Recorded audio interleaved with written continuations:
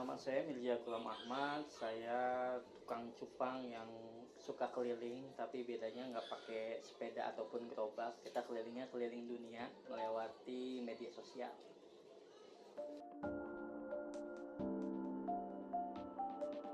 Itu kan waktu sekitar 2 bulan untuk menjelaskannya, tapi akan saya ringkas saja ya.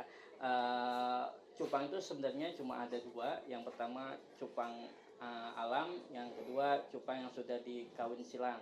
Nah, cupang-cupang yang kawin silang inilah yang akhirnya kita kenal sekarang. Ada yang aduan, ada juga ikan-ikan yang dijadikan ikan hias seperti itu. Jenisnya banyak, tapi yang paling banyak lagi adalah kelas kontesnya. Karena setiap jenis, misalnya hard moon ini kelas kontesnya bisa sampai belasan, ya. Apalagi plakat ini bisa lebih dari itu. Jadi banyak banget, mulai dari warna, mulai dari jenis. Contoh gini, sebenarnya yang kita kenal itu cuma ikan cupang ekor pendek dan ekor panjang. Ekor pendek itu ada plakat, ada giant, ya. Giant dan plakat itu pun perbedaannya bukan di ekor tapi di badannya lebih besar. Kalau giant, plakat itu biasa gitu kan. Nah, yang ekor panjang itu ada HM double tail, ada hard moon, ada crown tail. Nah, masing-masing yang saya sebutkan tadi itu memiliki kelas yang banyak juga. Dimulai dari warnanya, misalnya warna putih ada white platinum khusus buat kontes white platinum. Ada yang red khusus red, ada yang kombi, ada yang butterfly, dan yang lainnya. Itu pun banyak banget kelas-kelas kontesnya. Kalau jenis yang tadi kasih tahu cuma ada dua. Yang pertama dia alam atau bukan, terus yang kedua dia adu atau hias, yang setelah hias dia ekor pendek atau ekor panjang. Nah, seperti itu.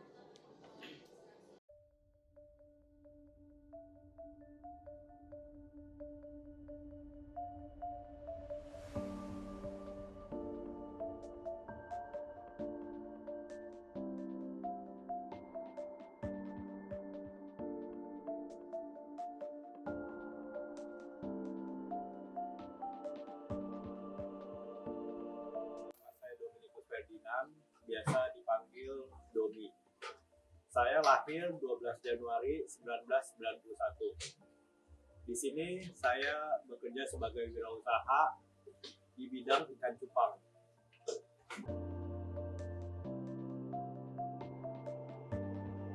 Karena peluangnya ini nggak cuma ada di Indonesia, jadi pemasaran yang kita lakukan untuk ikan cupang ini juga sebisa mungkin nggak hanya di Indonesia, karena pasarnya peluangnya itu masih sangat luas gitu. Nah, dengan berkembangnya sosial media, e-commerce gitu segala macam di Indonesia, nah kita harus bisa memanfaatkan media-media ini gitu. Kenapa dulu-dulu ikan cupang tuh sebenarnya nggak se-booming belakangan ini, karena saat itu dulu belum ada media sosial seperti sekarang untuk memasarkan gitu. Karena dulu rata-rata breeder ikan cupang hanya mengandalkan mouth to mouth untuk memasarkan produknya gitu kan, atau kompetisi. Nah, kalau sekarang dengan adanya sosial media, siapapun bisa melakukan branding, penjualan, promosi untuk produk dan ikan cupang yang mereka ternak gitu. Nah, peluangnya nggak cuma ada di Indonesia, ada juga website-website untuk menjual keluar. Banyak juga yang bisa menggunakan Instagram, Facebook, atau juga memang website yang khusus untuk lelang ikan. Ada namanya aquabit.com. Nah, itu juga website yang memang diakui secara global. Jadi pembelinya itu bisa dari Amerika, Eropa, seluruh dunia bisa membeli dari website itu. Jadi peluangnya ini untuk peluasan pasar di ikan cupang tuh banyak, dan kita harus bisa memanfaatkan itu. Jadi prospek dari ikan cupang itu sebenarnya selain pasarnya ini kan sangat besar ya. Selain pasar besar itu, ikan cupang itu umurnya termasuk yang pendek dibanding dengan ikan hias lain. Rata-rata dia umurnya 1 sampai 2 tahun gitu. Nah, justru dengan umurnya yang pendek inilah sebenarnya yang jadi prospek bisnis yang bagus. Karena kalau bandingkan dengan misalkan ikan lain koi arwana, kita bisa beli satu ikan, kita bisa keep untuk sampai tahunan, bahkan puluhan tahun. Di ikan cupang rata-rata orang beli satu kawat sampai 1 tahun, maksimum 2 tahun. ikannya udah akan mati, atau bahkan biasa di 1 tahun kondisi ikan udah nggak sebagus itu. Nah biasanya orang akan membeli lagi karena harga yang murah, jadi orang pun nggak takut untuk beli lagi. Dan ikan cupang itu mudah dibudidayakan juga kan. Nah, jadi orang banyak yang coba-coba beli, coba-coba untuk dibudidayakan gitu. Dan ikan cupang ini pasarnya itu nggak cuma kalangan misalkan pria doang atau wanita doang, tapi bisa bilang pria wanita banyak yang miara ikan cupang. Dan dari anak kecil sampai orang tua semuanya miara ikan cupang, karena mungkin banyak juga nih dulu orang yang taunya ikan cupang itu mainan yang anak SD doang gitu kan. Tapi sebenarnya padahal banyak banget bapak-bapak yang bahkan berduit untuk spend money, keluarin uang untuk beli ikan cupang yang harganya bisa sampai jutaan, bahkan sampai puluhan juta. Jadi prospeknya itu gede gitu, untuk perputaran bisnisnya akan selalu ada.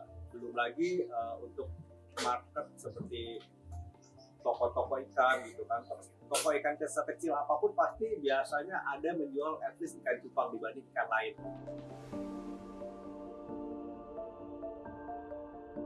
Keunggulan dari budidaya ikan cupang sih sebenarnya satu, ikan cupang itu mudah untuk dibudidaya sebenarnya. Kayak sebenarnya umur 3 bulan pun ikan cupang tuh udah bisa dibudidaya, walaupun idealnya biasanya kita umur 6 bulan baru kita budidaya untuk hasil lebih maksimal. Anakannya juga cukup banyak, relatif banyak, rata-rata 300 sampai 500 ekor gitu. Dan pakannya pun juga mudah gitu, kita bisa gunakan kutu air atau jentik yang bisa kita cari tanpa harus mengeluarkan modal gitu. Kalau kita mau keluar modal, kita juga bisa menggunakan pelet atau artemia. Jadi nggak sulit, dan membudidaya juga nggak memerlukan tempat yang besar. Wadah kecil pun yang seadanya, yang menggunakan apa yang ada di rumah dulu pun kita bisa mulai untuk membudidaya ikan cupang.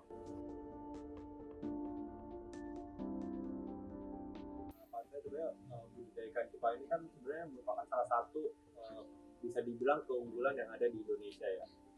Jadi pembudidaya ikan cupang itu di dunia nomor 1 itu Thailand, nomor 2 itu Indonesia secara kuantiti. Tapi kalau kita lihat secara kuantiti ekspor, Thailand tuh jauh di atas Indonesia. Sebenarnya kapasitas Indonesia tuh nggak kalah sama Thailand. Cuman memang di Indonesia kadang-kadang kita mau melakukan ekspor ikan cupang itu cukup sulit gitu kan. Biayanya cukup tinggi dibandingkan yang di Thailand. Nah, mungkin harapannya nih makin banyaknya peternak ikan di cupang di Indonesia yang bisa membudidaya dengan skala besar, jadi bisa memenuhi pasar-pasar di luar gitu, seperti apa yang dilakukan Thailand. Dengan begitu ikan cupang nggak hanya memberikan pemasukan bagi pembudidayanya, tapi juga kepada negara gitu, pemerintah, karena potensi ikan hias ekspor di Indonesia itu sangat gede banget gitu. Sayang kalau nggak dimanfaatkan, terutama di ikan hiasnya gitu, karena mungkin masih banyak dilihat secara nilai mungkin ikan cupang masih kecil karena memang kuantitinya belum sebanyak itu.